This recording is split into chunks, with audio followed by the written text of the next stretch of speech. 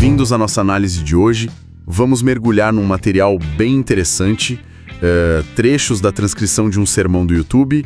O título é A Verdade Chocante sobre a Figueira que Jesus Amaldiçoou, do Franco Peixoto. Ah, sim.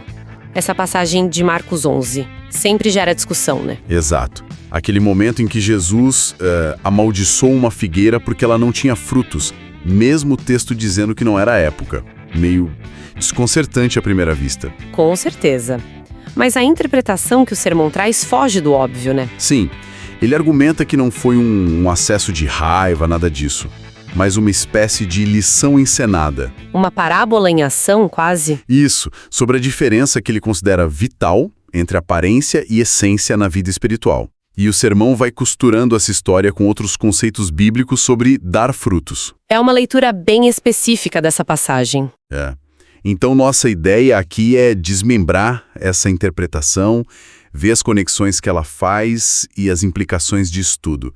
Vamos investigar isso mais a fundo. Ótimo. Bom, para situar quem talvez não lembre bem, a passagem-chave é Marcos 11, ali pelos versículos 12 a 14, e depois retoma do 19 ao 21. Certo. Jesus tinha acabado de ser aclamado em Jerusalém, está saindo de Betânia, e aí o texto diz que ele teve fome. Ele vê de longe uma figueira e ela está cheia de folhas. O que normalmente indicaria figos, né? Pelo menos era um sinal. Exato, folhas viçosas, parecia promissora. Mas aí ele chega perto e nada, nenhum fruto. E o próprio Marcos faz questão de anotar, porque não era tempo de figos. Aí que a coisa fica estranha, né? Se não era tempo, por que a reação? Pois é, e a reação é forte. Jesus diz para a árvore: nunca mais coma alguém fruto de ti. Direto. E no outro dia, quando eles passam por ali de novo, os discípulos veem a figueira seca, desde a raiz.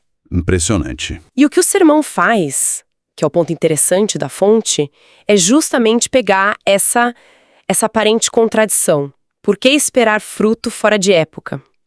Ele reinterpreta. Como? Não como impaciência de Jesus, mas como um ensino deliberado, uma encenação mesmo. Como você disse, a figueira vira um símbolo vivo. Uma metáfora visual, então. Perfeito. A interpretação central do sermão é essa.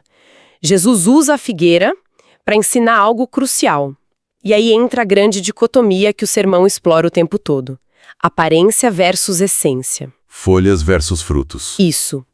As folhas verdes, bonitas, chamativas, são a aparência, a fachada. Promissora, mas só fachada. A falta de fruto é a falta de substância, de realidade interior. Entendi. A figueira parecia que ia dar algo, mas era só casca. Exatamente. Essa tensão entre o parecer e o ser é que move toda a mensagem que o sermão tira dali. E ele não deixa essa metáfora só na figueira, né? O sermão aplica isso. Aplica direto. A figueira passa a simbolizar pessoas, ou até mesmo a nação de Israel, como a fonte menciona, que mostram sinais exteriores de fé, de religiosidade, uma vida com Deus assim na aparência, mas que no fundo falta a transformação real. Faltam os resultados concretos que o sermão vai chamar de frutos. E tem aquela conexão que o sermão faz logo em seguida, né? Com a cena do templo. Sim, uma conexão muito forte no material. Logo depois da figueira, Jesus entra no templo e expulsa os comerciantes. A famosa purificação do templo. Isso. E o sermão interpreta isso não só como zelo pelo lugar sagrado, mas como um confronto direto à hipocrisia dos líderes religiosos da época. Eles cultivavam, segundo o sermão, uma aparência de pessoas santas. Eram vistos como referência, mas as ações deles, a exploração ali no pátio, as tramas contra o próprio Jesus, isso revelava uma ausência profunda de frutos de verdade. Tinham as folhas, a religiosidade externa, Sim. mas faltava o fruto da justiça, da misericórdia, do amor genuíno. Era uma fachada religiosa encobrindo um coração distante de Deus na visão do sermão. Essa comparação lado a lado é bem forte. A figueira e o templo. Parece que a crítica é tanto ao indivíduo quanto à instituição quando cai nessa armadilha da aparência. Exatamente. A fonte sugere que essa desconexão entre o parecer e o ser, essa hipocrisia, pode aparecer em vários níveis, no sistema religioso, na comunidade, na vida pessoal. E o sermão traz isso para os dias de hoje, né? Essa parte é bem direta. Bem direta. Ele alerta para esse perigo que parece ser de sempre, né? Da gente se deixar levar pelas aparências. O sermão até usa uma frase tipo: a gente bate o olho e pensa, esse aí é um servo de Deus. Baseado em quê? Na imagem. Talvez na forma de falar, na posição que ocupa, na imagem que a pessoa constrói, sabe? E aí vem a decepção. Às vezes o escândalo mesmo, quando a falta de essência, a falta de fruto real, vem à tona. E as redes sociais potencializam isso, né? Tanto a construção da imagem quanto a queda. O sermão menciona isso. As redes sociais amplificam tudo. A construção cuidadosa da imagem e depois a exposição da falha. Torna essa dinâmica ainda mais visível hoje em dia. Essa tecla da imagem versus realidade é central mesmo na interpretação. Mas então, tá. Se não é só a aparência, o que define a essência? O que são de fato esses frutos que o sermão tanto fala? Ótima pergunta, porque o sermão se dedica bastante a detalhar isso. Ele até reconhece que ganhar almas, por exemplo, é um fruto válido, mas ele classifica como talvez o mais fácil. Interessante. E qual é o foco, então? O foco maior recai em algo mais profundo. A transformação do caráter, a evidência de uma vida interior que foi de fato modificada pela fé.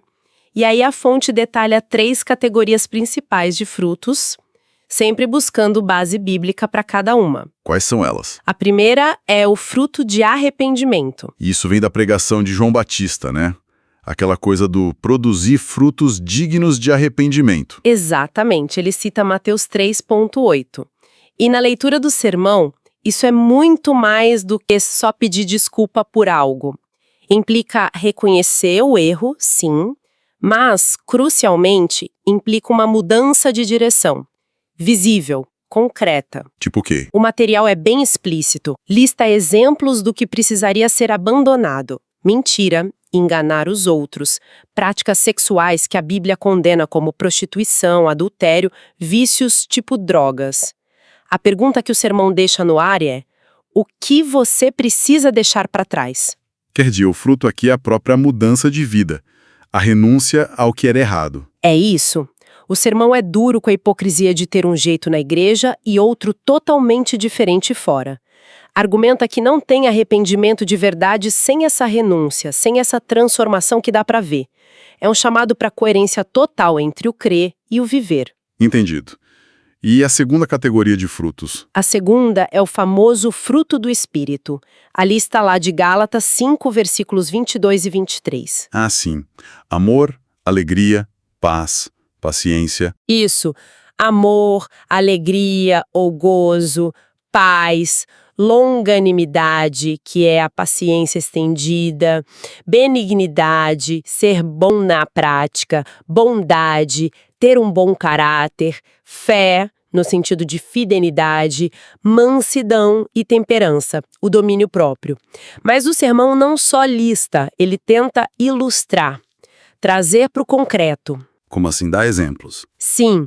Por exemplo, o amor. Como a pessoa trata a própria família, o cônjuge, os filhos, os pais. Isso mostra o amor na prática. A bondade ou benignidade se manifesta em ajudar os outros de forma concreta. O sermão cita o exemplo de ajudar alguém numa mudança, algo trabalhoso. Faz sentido. E a paciência, mansidão, aquelas que são difíceis para quem tem pavio curto? Exato. A longanimidade, a paciência são vistas como o oposto daquela reatividade, sabe? Do bateu, levou. O sermão critica a desculpa do eu estou assim mesmo, meu temperamento é forte.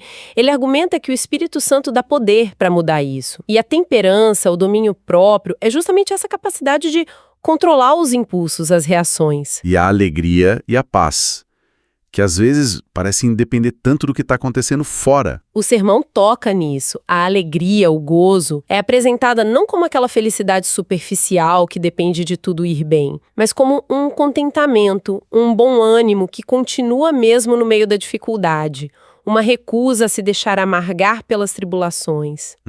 Interessante.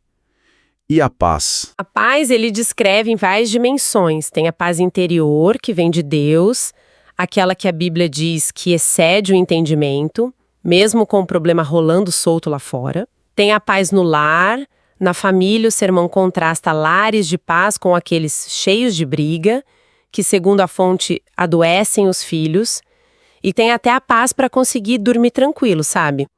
Ele menciona o Salmo de Davi, que fala sobre deitar e dormir em paz porque o Senhor sustenta. Então a falta dessas qualidades no jeito de ser e de se relacionar seria um sinal de... Falta desse fruto. Pela interpretação da fonte, sim. Seria um indicativo de que o fruto do Espírito não está se manifestando como deveria. Entendi a lógica. Conectar essas qualidades internas, que acabam aparecendo fora, com a evidência de fruto. E a terceira categoria, qual é? A terceira é o fruto de boas obras. Essa ele baseia em Colossenses, capítulo 1, versículo 10. Como diz a passagem? Diz assim: para que possais andar dignamente diante do Senhor, agradando-lhe em tudo, frutificando em toda boa obra e crescendo no conhecimento de Deus.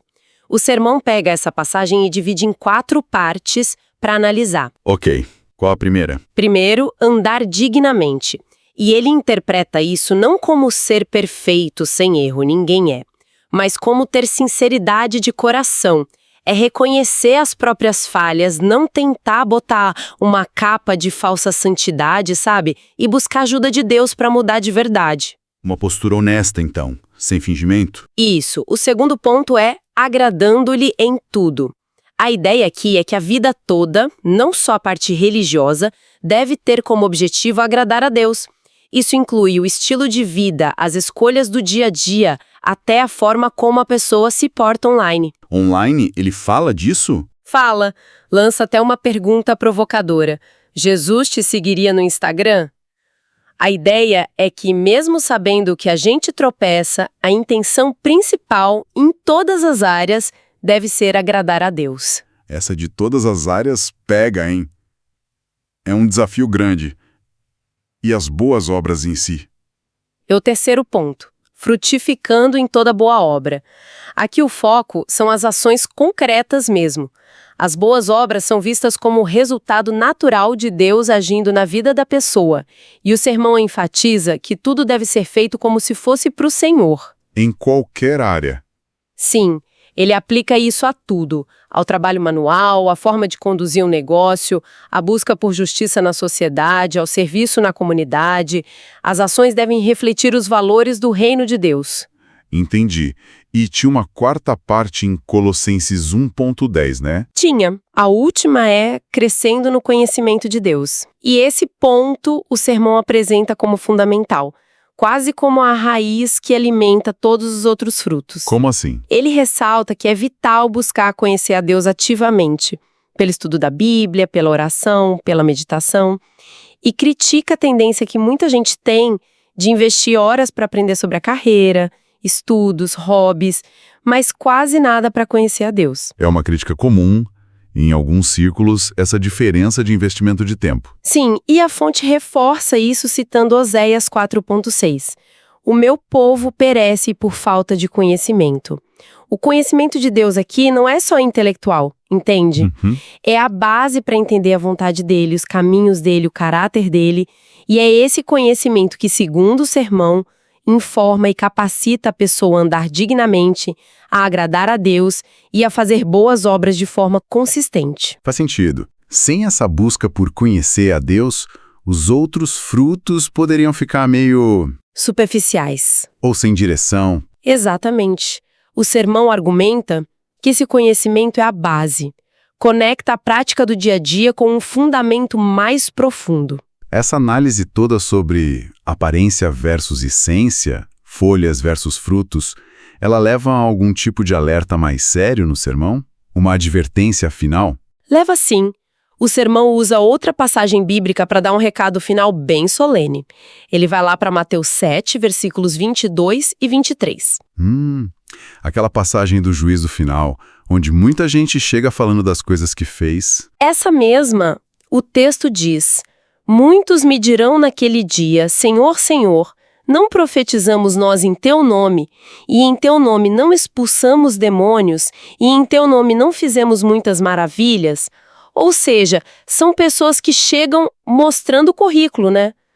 Apontando para feitos impressionantes, feitos em nome de Jesus, a aparência ele é de muito poder espiritual, muita atividade. Mas a resposta de Jesus nessa passagem é dura. É devastadora. Jesus responde, e então lhes direi abertamente, nunca vos conheci, apartai-vos de mim, vós que praticais a iniquidade. Nunca vos conheci. Isso é forte. Muito forte, e o sermão usa isso para martelar o ponto central. A aparência externa, mesmo que seja espetacular, profecia, expulsar demônios, fazer milagres, não substitui a essência. E qual é a essência? Um relacionamento genuíno com Deus e a obediência que nasce disso. A fonte dá muita ênfase nesse nunca vos conheci.